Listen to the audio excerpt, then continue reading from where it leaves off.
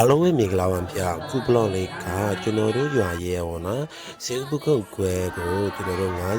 ဖြစ်ပါတဲ့ပွဲလေးပဲဖြစ်ပါတယ်ဒီကွဲလေးဆို42ချိန်များတော့ရှိပေါ့နော်ကျွန်တော်တို့ဖြစ်ပါလာခဲ့တာခုစဉ်တော့ကျွန်တော်တို့ရွာရဲရွာသူရွာသားတွေများမှာတရားတော်နာနေရပဲဖြစ်ပါတယ်ကျွန်တော်တို့ခါကြတော့ခရတာကလည်းတွေကတရားတော်မှာမြောက်ကိုကျွန်တော်တို့တမင်ကျွေးဖို့တွေ့တနေ့ဝိုင်းလေးတွေပြင်ဆင်နေတာပဲဖြစ်ပါတယ်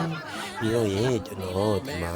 ဒီခွဲပေါ့နော် OTG ခွဲသူတို့ခွဲကိုတခါမှဗီဒီယိုလာမရိုက်ပေးဘူးဆိုပြီးအမြဲပြောနေတဲ့ခွဲပေါ့နော်ခုစီတော့ကျွန်တော်အားရပါရနဲ့ရိုက်ပြပေးလိုက်ပါပြီ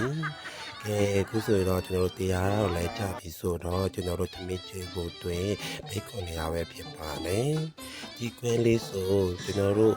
ငငယ်လေးကနေချိတ်ပါလာပေါ့နော်ခုဆို42ချိန်များတော့ဖြစ်ပါပြီအရန်လေးပျော်ဖို့ကောင်းတယ်ရန်စီကားတယ်ဒီကွဲလေးလောက်တယ်ကျွန်တော်အရန်ကိုပြောခဲ့ရတာပေါ့နော်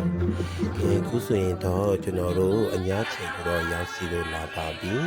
ဒီမှာကျွန်တော်တို့အားလုံးပြင်ဆင်ထားပြီပေါ့နော်စပကုတ်ရောပို့တယ်ကာလသမီးများကဓမ္မစကြာလေးရောဆွန်နေရပဲဖြစ်ပါတယ်ဒီမှာကျွန်တော်တို့အလုံးပြင်ဆင်ပြီးပေါ့နော်စပကုတ်ရောပို့တယ်ကျွန်တော်ကကြတော့ကလေးလေးနဲ့တူစီမီခွဲလေးကိုပါဝင်ပြီးတော့